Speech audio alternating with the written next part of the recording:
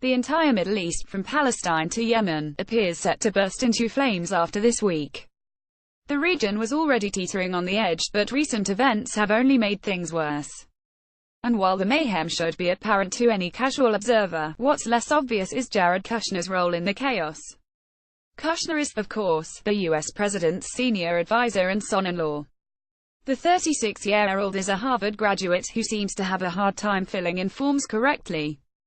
He repeatedly failed to mention his meetings with foreign officials on his security clearance and neglected to report to U.S. government officials that he was co-director of a foundation that raised money for Israeli settlements, considered illegal under international law.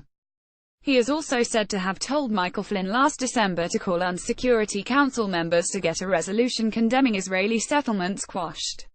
Flynn called Russia. In his role as the president's special advisor, Kushner seems to have decided he can remake the entire Middle East, and he is wreaking his havoc with his new best friend, Saudi Arabia's Crown Prince, Mohammed bin Salman, the 32-year-old who burst onto the international scene by jailing many members of his country's ruling elite, including from his own family, on corruption charges.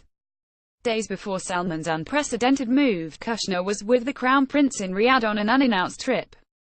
The men are reported to have stayed up late, planning strategy while swapping stories.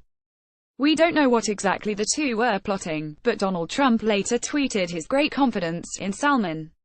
But the Kushner-Salman alliance moves far beyond Riyadh. The Saudis and Americans are now privately pushing a new peace deal to various Palestinian and Arab leaders that is more lopsided toward Israel than ever before. Ahmed Tibi, a Palestinian parliamentarian in the Israeli Knesset, explained the basic contours of the deal to the New York Times: no full statehood for Palestinians, only moral sovereignty, control over disconnected segments of the occupied territories only. No capital in East Jerusalem. No right of return for Palestinian refugees. This is, of course, not a deal at all. It's an insult to the Palestinian people.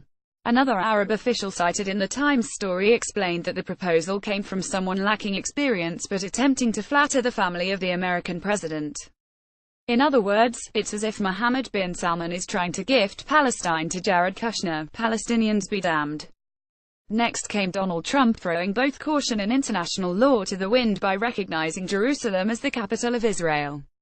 But it's not just Israel, either.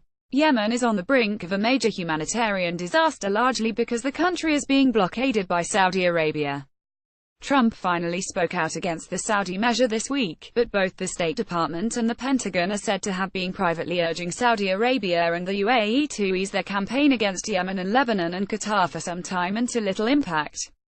Why? Because Saudi and Emirati officials believe they have tacit approval from the White House for their hardline actions, in particular from Donald Trump and his son-in-law and SAR advisor, Jared Kushner, journalist Laura Rosen reported. The Kushner-Salman alliance has particularly irked Secretary of State Rex Tillerson. Kushner reportedly leaves the State Department completely out of his Middle Eastern plans. Of special concern to Tillerson, according to Bloomberg News, is Kushner's talks with Salman regarding military action by Saudi Arabia against Qatar.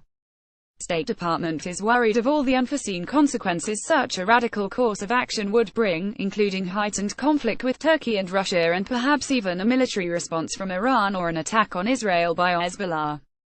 Here's where State Department diplomacy should kick in. The U.S. ambassador to Qatar could relay messages between the feuding parties to find a solution to the standoff. So what does the ambassador to Qatar have to say about the Kushner-Salman alliance? Nothing, since there still is no confirmed ambassador to Qatar. What about the U.S. ambassador to Saudi Arabia? That seat's also vacant. And the U.S. ambassador to Jordan, Morocco, Egypt? Vacant, vacant, and vacant.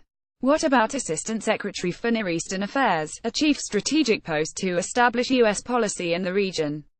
No one's been nominated. Deputy Assistant Secretary for Press and Public Diplomacy? Vacant. It's partly this vacuum of leadership by Tillerson that has enabled Kushner to forge his powerful alliance with Salman, much to the detriment of the region. And in their zeal to isolate Iran, Kushner and Salman are leaving a wake of destruction around them. The war in Yemen is only intensifying. Qatar is closer to Iran than ever. A final status deal between Israel and the Palestinians seems all but impossible now. The Lebanese Prime Minister went back on his resignation. and the Saudi state must be paying the Ritz-Carlton a small fortune to jail key members of the ruling family over allegations of corruption.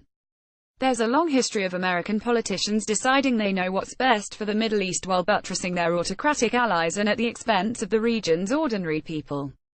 The New York Times columnist Thomas Friedman has traditionally provided the rationale for America and its allies in the region, and his recent sycophantic portrayal of Salman certainly didn't disappoint, but the Kushner-Salman alliance also represents something else. Both the US and Saudi Arabia are concentrating power into fewer and fewer hands. And with fewer people in the room, who will be around to tell these men that their ideas are so damaging? Who will dare explain to them how they already have failed? Moustafa Bayoumi is the author of the award-winning books How Does It Feel to Be a Problem? Being Young and Arab in America,